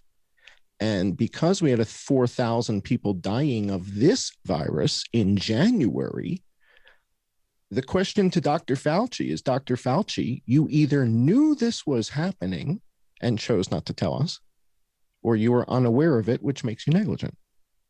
How can you be unaware of 4,000 people a week dying of influenza January, February, March, and then comes coronavirus? Well, apart, John, and I want Judy to answer this, apart from not disclosing what went on, and of course you're right, omitting material facts are as dishonest as telling false facts. Is there anything to suggest that it escaped as a result of anything Fauci and his cronies did? That's what I'm going to ask Judy. Okay, did they play any role in the release of this deadly Spanish flu virus? Absolutely. They shipped the cell lines around the world in those little vials to all the facilities, and then you have infection by injection in the flu vaccine. So we know the vaccine given in January of 19 to the Italians was grown in Maiden Derby kidney cell, the dog cell line. So it doesn't take much to recombine every day. They knew exactly what they were doing. And then again, the masks drove the Spanish flu. They knew how to ignite that fire, how to throw the flame in the fire. Does Fauci or any of the others have any financial interest in these flu vaccines? And the same question with regard to the COVID vaccines. Who has financial interest other than Big Pharma that may be involved in government regulation or universities or elsewhere that have an interest in promoting the flu vaccine and the COVID vaccine? Yes, the CDC. The CDC makes most of its money mandating these vaccines around the world. That's why the last slide I showed you was how to end this by closing those doors and stopping that advisory council on immunization practices. So Taubenberger wants to develop a universal vaccine that protects against the pandemic strain that he resurrected. I mean, it's like the movie Mission Impossible, where you have Chimera and Bellerophon. He resurrected the virus, and now he's on a 15-year mission to come up with a vaccine against the thing he resurrected. This is Jeffrey Taubenberger. But again, in the news today, the news cycles about Peter Daszak, Wuhan, SARS-CoV-2, and gain of function. That is the smokescreen. The deadliest virus on Earth is H1N1 from Breivik Mission, Alaska, from the permafrost that Jeffrey Taubenberger resurrected. But Dr. Kawaoka at University of Wisconsin, and Jason, you can pull up an article in the Independent. If you type Independent, Dr. Kawaoka, Kawaoka, actually it's in my presentation at the end. This article explains, and Google fellow Ray Kurzweil, fellow at Google, came out and wrote an editorial in the New York Times with Bill Joy, the founder of Sun, and said, what are these guys doing? You can't do this. You can't resurrect the deadliest virus on Earth. And it turns out Kawaoka's lab is BSL-2. I think my dentist's office is BSL-2, right? What's BSL-2? biosafety level 2, and importantly, when those deadly cancer mouse viruses were spreading around, they said unintended escape of a biosafety level 2 variant or virus. And again, you grow the virus in the cell line. They carry them in their pockets. I used to do that. Take the vial, it's in liquid nitrogen. You're literally, it's not an unintended release. They ship them around the world so everybody else can study. And they talk about it. They talk about it openly. They say one of their biggest fears is that the stuff they work on comes out on the fabric of somebody who is working on it. They tell you that's their biggest fear, is somebody takes their work home with them. Judy, probably heard it every week, I'm sure. That's Jason, who died. Our families. That's who got infected. Indeed. The lab workers. Why did Melinda Gates say, "Oh, let's just get the healthcare workers"? It's called nosocomial spread. Half my lab, half my friends are dead. Thank God I worked in a biosafety level 3 with HIV. Do we have another moment, Larry, or to show a little bit more evidence? And we're going to pick it up next week too. But I guess what we're seeing here, to put in layman's terms, as I say sometimes clayman's terms, is a much bigger scandal here, for lack of a better word. And it's about to get bigger. And it shows the pattern and practice and the potential for future pandemics, which now apparently we've got 2 going parallel. Okay. An interesting observation. I won't name the name of my doctor. He's a very fine doctor, high level. He was telling me at the time period that all these hospitalizations were occurring, that it was not unusual that there were no hospital beds, that every single year, as a result of influenza, the same amount of hospital beds were being occupied. And it was a misstatement. And he's left of center, by the way. It was a misstatement to be saying that it was all due to COVID-19. So that tends to support, just in a general sense, what you're saying, John, is that we have 2 pandemics that are going on at the same time. One which is unaddressed, right? And therefore we need to delve deeper into Fauci's culpability and other people's culpability for that. And why are they now focusing more on China, first trying to deny it, but now the facts are coming out about their own involvement as well. You got it. Exactly right. China and Wuhan, the honest truth is that is the distraction. And I couldn't understand, why wouldn't they just tell people, hey, listen, we've got 2 things going on. You have to get tested. And if you have this, the medicine is this. And if you have that, the medicine is that. What was so wrong with that? Why would they just shut up about one of the viruses? And the reason goes back to this 2005 resurrection by Taubenberger and the fact that the United States resurrected it. And what Dr. Judy said is, yes, we shipped it around the world, but we also published the genome on GenBank. And what that means is that Iran, a gene sequencer, if you have a gene sequencing machine, it just has 4 ingredients, just like a printer. It's like, yellow, magenta, cyan, and black. A gene sequencer just has adenine, guanine, tryptosine, right? It's just 4 ingredients to make DNA. And you tell it what you want, and you come back 19 hours later, and you got a little thing of that. Well, we published it. We published it on GenBank, which means Iran has it, China has it, everybody has it. Well, you don't need a vial from Fauci. You just need to go to GenBank, type it in, and enter it into your sequencer, and come back in 21 hours, and you got a little bit of stuff right there. Yeah. That's how it works. So it's in the public domain. Jason, if we have 5 more minutes, I want to show the rest of 1 or 2 of these slides I had in that deck, if we can. Sure.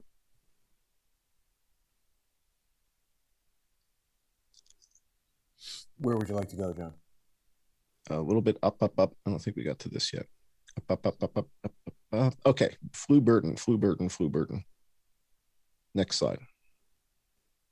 All right, the CDC, and this is something that when Dr. Judy and I first met, we talked about this, and this was something Dr. Judy said, yes, I know about this. So Dr. Judy, I'm going to ask you to add some color commentary here. After the 2009 H1N1 outbreak that supposedly only killed 12,000 people in America, it was declared a global pandemic, but only 12,000 people died. after that, the CDC came up with something called influenza burden. And influenza burden was a complex calculation. The report that we have from the 2019-2020 season that I just showed you, the calculation in the mortality system shows 274,000 people died. So why would this system show us 22,000? Because influenza burden is different from how many people died. Influenza burden is a complex calculation that Dr. Judy educated me on and said, oh yeah, they came up with this right after 2009. And this is a complex formula that I'm going to show you in a second. But Jason, if you can go up maybe half a dozen slides up. Yeah. Up. Okay, stop there. Up, go back down. That's a little too far. A little further down, one more. All right, we talked about more people were falling down than died just of SARS-CoV-2. And let's go to the next slide. So the next slide, so the number of people who died with SARS-CoV-2 with no other comorbidity versus fall. Okay, next slide. And here we go. All right, so Larry, you just said that this seems to be bigger than we expected. This is bigger than just SARS-CoV-2 and COVID and Wuhan.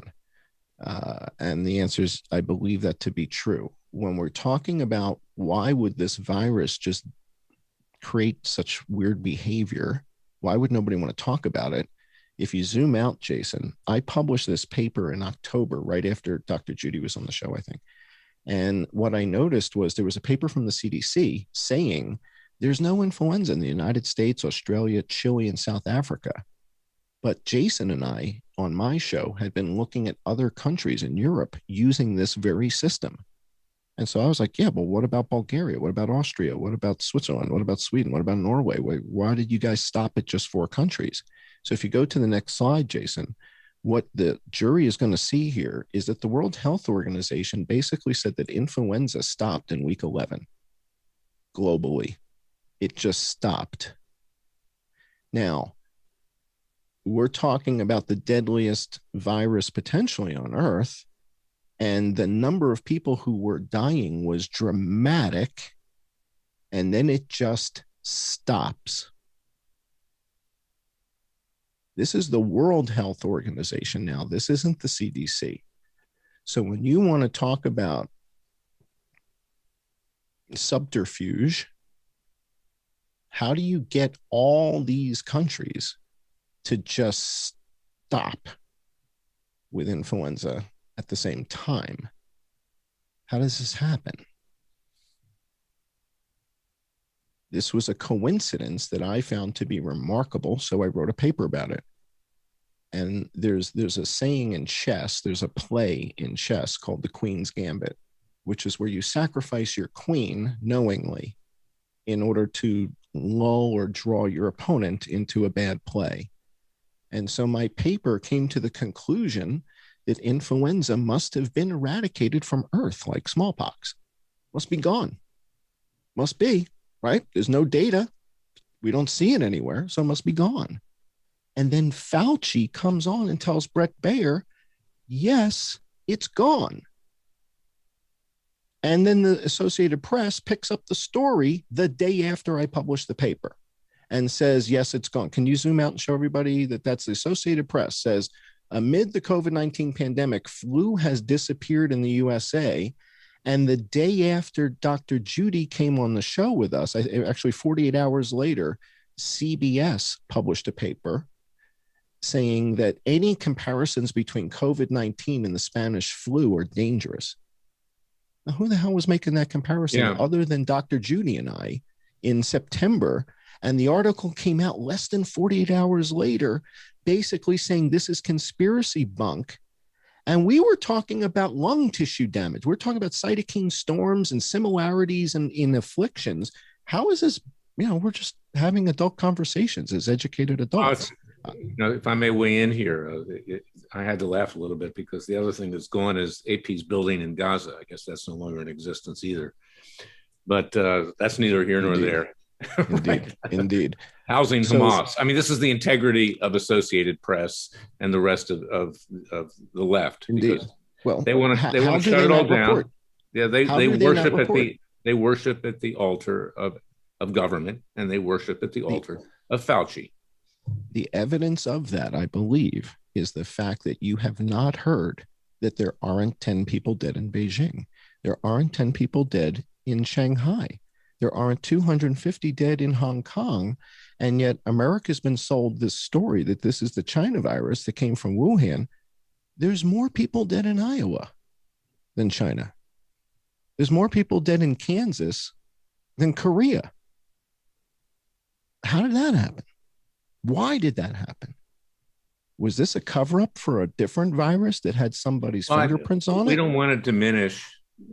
I know you're not trying to do this, John. We're not diminishing the impact of COVID-19. But we're saying that is substantial. It's big. It's harmful. It's destructive. But there's something else out there. There's something else out there that is even more destructive that we're not being told about. And the answer is why. And we have to get to the bottom of it. And who was responsible for resurrecting a more deadly virus? And as far as Fauci is concerned, what was his role in either helping it be resurrected or covering up? And what's the profit motive? Because that's what it all revolves around in doing it. Imagine Fauci has two pets, a pit bull that's very poorly behaved and bites people, and a grizzly bear that's even worse. He doesn't want you talking about the grizzly bear right now. He wants all attention on his pit bull because he's got a grizzly bear that's mauling everybody, and he does not want you to know about it. Let's go back to that chart, Jason, because I want to show people the difference between the influenza P&I deaths and the 5%, which is the real number of people. So in other words, if you wanted to compare the United States population to a place like Malaysia, you would get a fair comparison if you look at that 5% number. So let's go back to that chart, Jason. So let's go past the next slide. Yeah. So this is this definition of influenza burden. It's very complicated. Can the audience see this? This is the influenza burden definition. And this is very complex. A lot of authors. It's not how many people died. It's hospital beds divided by utilization minus how many bedpans you use in a 24-hour period. And did you or did you not want the special meal? It's a complex formula. And one of the things in the formula is how many people died. Well, that's all I want to know about. I don't care about the beds and the bed sheets and how many bedpans are. I'm not in that business. Can we go to the next slide, Jason? I see Larry, not the slides. Is there a way for me to see the slide? I think that's controlled on. Okay, I see it now. There I go. I got it. Okay, let's keep going. So this is influenza burden and the complex definition of it, as opposed to how many people died from flu. So when you hear 22,000, it's this. This is 22,000. 274,000 is when we go to the spreadsheet and just add it up. That's how many people died. So here you see the pyramid. The top of the pyramid is how many people died. The formula is some complex ratio of hospitalizations, symptomatic illnesses, adjusted rates of hospitalizations. This is nonsense. And I challenge Dr. Walensky to show me exactly how she gets to 22,000 from 274,000. Show me the math. Show me the math. How did we get from 274 P&I deaths to 22,000 influenza burden using your formula, using your pyramid? And one could also say, show me the money, because that's what's behind most likely the entire scandal. I'm just going to keep it to the math. I'm going to stick to the evidence and no inferences. I don't want to suggest anybody did anything untoward. I just want to stick to the math. So let's go to the next. Jason, I want to see this slide again. I do that. All right. So the other thing that we do know, Dr. Judy, is that the only therapeutic treatment for coronavirus has been remdesivir, which is strange because the FDA didn't approve remdesivir for Ebola, which is what it was designed for in the first place. And it never really made a whole lot of sense. Well, why would we go to an Ebola drug to treat coronavirus? Why wouldn't we check with, mumps or chickenpox? Or why would you even think the Ebola vaccine or the Ebola treatment? Let's cut it at this point, and we're going to pick it up next week, John, because we're going over 2 hours and we want to maintain the attention of the grand jurors. But let Judy answer your question on that, and then we'll conclude it for today, and we'll pick it up, hopefully, with all of us next week, because this is an evolving story, to put it mildly, and we need to get to the bottom of this as well. It's very important what you just presented, John, in a very detailed and very professional way. Well, thank you. Judy, if you can comment on this. Judy may not be there. Yeah. Oh, she's there. Yeah, I am here. I killed my computer. I'm just not, it's amazing. Yes, remdesivir for Ebola. And it goes to the heart of what I was saying before, because these things have been spread in the vaccines, for decades. So they're both there, and it's cover up and kind of murder. And this is why remdesivir wasn't working. So I just got to think about it for a week or so, because I'm just dumbfounded listening to this right now. Yeah, the WHO doesn't recommend it. The WHO says, no, remdesivir doesn't work. Right. They don't recommend it at all. So it's the only thing the FDA has approved. Yeah, so it wasn't approved for Ebola. That tells you what I said about corruption. Exactly. Right. Exactly. Yeah. And that's why I said I believe my testimony would build on Dr. Judy's testimony and just fill it in. Let's just say as a general rule, and getting a little bit beyond this legal proceeding in terms of seeking indictments, but it's why the American people need to take everything with more than a grain of salt, is that they can't take things hook, line, and sinker. As Ronald Reagan said, the scariest words in the English language are, "Hi, I'm here from the government and here to help you." They're not here to help you, believe me. They're here to feather their own nest, to line their own pockets, and to acquire more power. And that's why we need to declare independence again. It's much worse today than it was on July 4th, 1776. The powers that this government has control of are much greater than King George III had. And I was always saying, when I joined the NSA back in 2014 and 2015 for mass surveillance, that if King George III had an NSA, our founding fathers would have never made their way to Philadelphia. They would have been picked up, arrested, and executed before they got there. And indeed, today we have the FBI being used as Gestapo by Biden and Harris out in the countryside, rounding people up. Already 450 people have been arrested. Many have been convicted simply for going, in large part, to support President Trump on July 6th. This is what we're dealing with, and this is why the citizens' grand jury is so important. So let Dr. Judy think about that for a week. We'll reconvene next week, same time, same place, same station. And in the meantime, I thank our grand jurors. We will be augmenting the indictment that we're going to be putting forward based on a lot of this new information. And I'm going to also be including counts with regard to the deaths of the people that have occurred, negligent homicide, and perhaps even greater than that. So we will be building the record. And thank God that Dr. Judy and Kent and you, John, all have, whether people are willing to recognize it or not, a tremendous degree of credibility, because what you have been saying has proven to be true. You've now proven it, John, with statistics, Judy with her expertise, knowledge, and experience, and knowing these people, knowing how they operate, and with our own life experience, contracting deadly viruses, and also with regard to the fact that our own so-called Justice Department, and this is one aspect of what we're going to be putting forth at the Third Continental Congress. You can go to freedomwatchusa.org and be part of that. All of our participants will be part of that. But we need an independent Justice Department separated from the executive branch of government and from the legislative and from the judicial branch. So it's no longer influenced by politics. And if we had that, you wouldn't need citizens' grand juries. But we don't have that.